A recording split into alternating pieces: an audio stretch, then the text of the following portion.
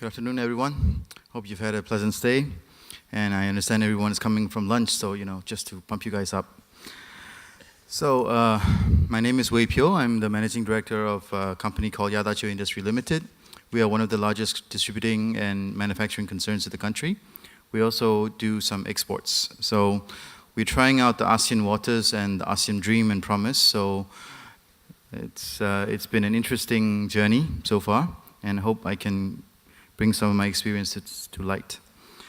So, before going into the drivers of growth, let me just go into ASEAN Economic Community. It's just around the corner, and 2015 is a mere 2 years from now.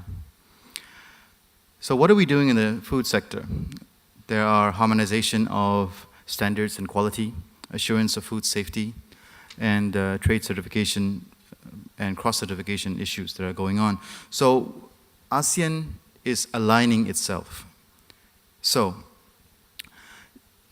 as we try and build a common block, we, diverse businesses in every country, have to realign our business models as well.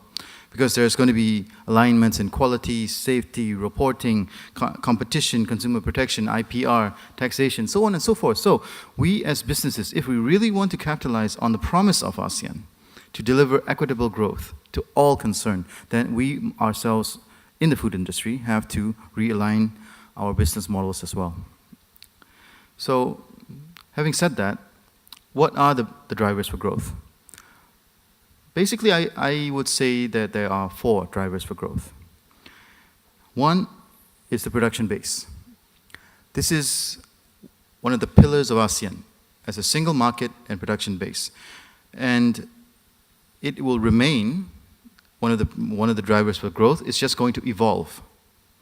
So before you gravitate towards production bases in your home countries, according to your competencies and your relative advantages. So you vertically integrate in your own country. You don't distribute your investments in other regional areas to capitalize on different capabilities. That's going to change.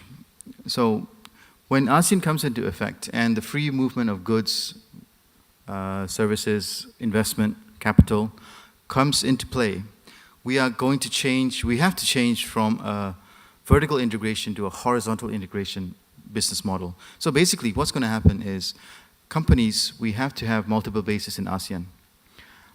Rice can be produced in Myanmar, milled in Thailand, pushed to Vietnam for processing, and then add value to that, ship it across to the US.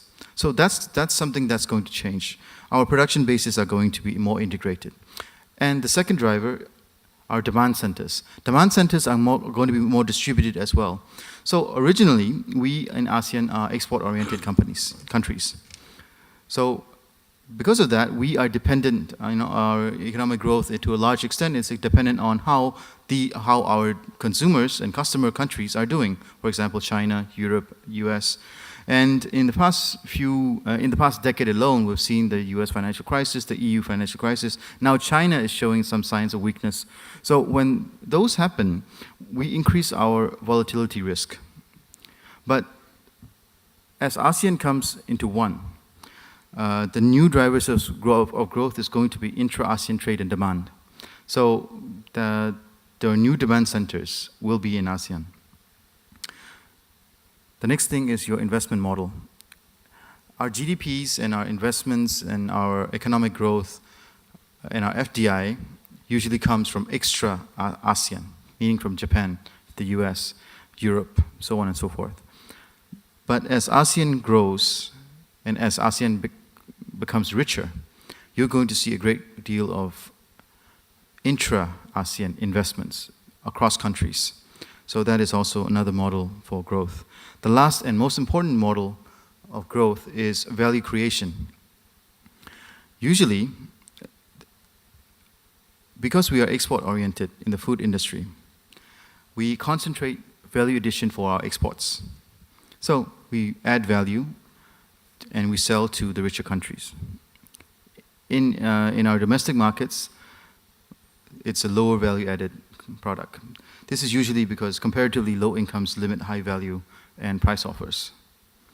But that's going to change. ASEAN is actually one of the fastest growing regions in the world, and also has the fastest growing middle class in the world.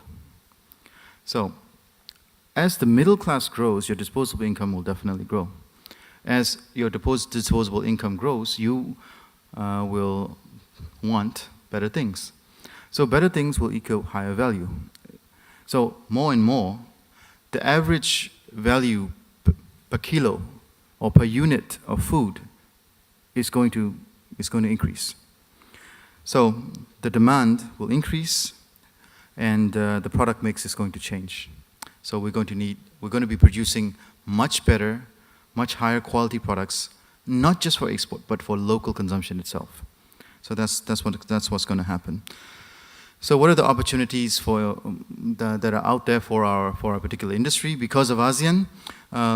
Basically, I see 5. The first one is growth, definitely a huge, bigger market, much bigger. The ASEAN community will take effect in 2015, and already they're talking about the RCEP, which is the Regional Comprehensive Economic Partnership. So it will be ASEAN plus another 6. So it dramatically increases the market that are accessible. Number 2, we're going to have freer movement of everything, not just goods, but goods, services, investments, human, finance, everything. So with the higher movement, that's going to create a lot of opportunities as well. Human resource, we're going to be importing capital, human capital. And with the spillover in technology, our local technology and local human competencies are going to increase as well. Wider variety of products will also mean better consumers, better benefits to the consumers. Well, when consumers were limited to just your local produce, now they will have access to a much wider product mix. The last one is, because of harmonization of standards in ASEAN, we will have a much better bargaining power with other regional blocs. For example, if ASEAN becomes one, then we can take these standards and negotiate with the US. We can take our food standards and negotiate with the EU, because they do that as well. So the greater integration will give us greater bargaining power. So those are the drivers of growth. The food industry is different from, well, not different, but the food industry is one of those industries where which exist in every single country. Automotive industries, telecoms, electronics, they're more selective. They need more infrastructure. They need more consumption basis. But food, everyone has to eat. Every country has their own. So food is definitely an area that will grow, that can benefit, given we properly manage and properly support our local production basis. So with that, I will end my presentation, and then anything else, I'm here so you can ask me. Okay, thank you.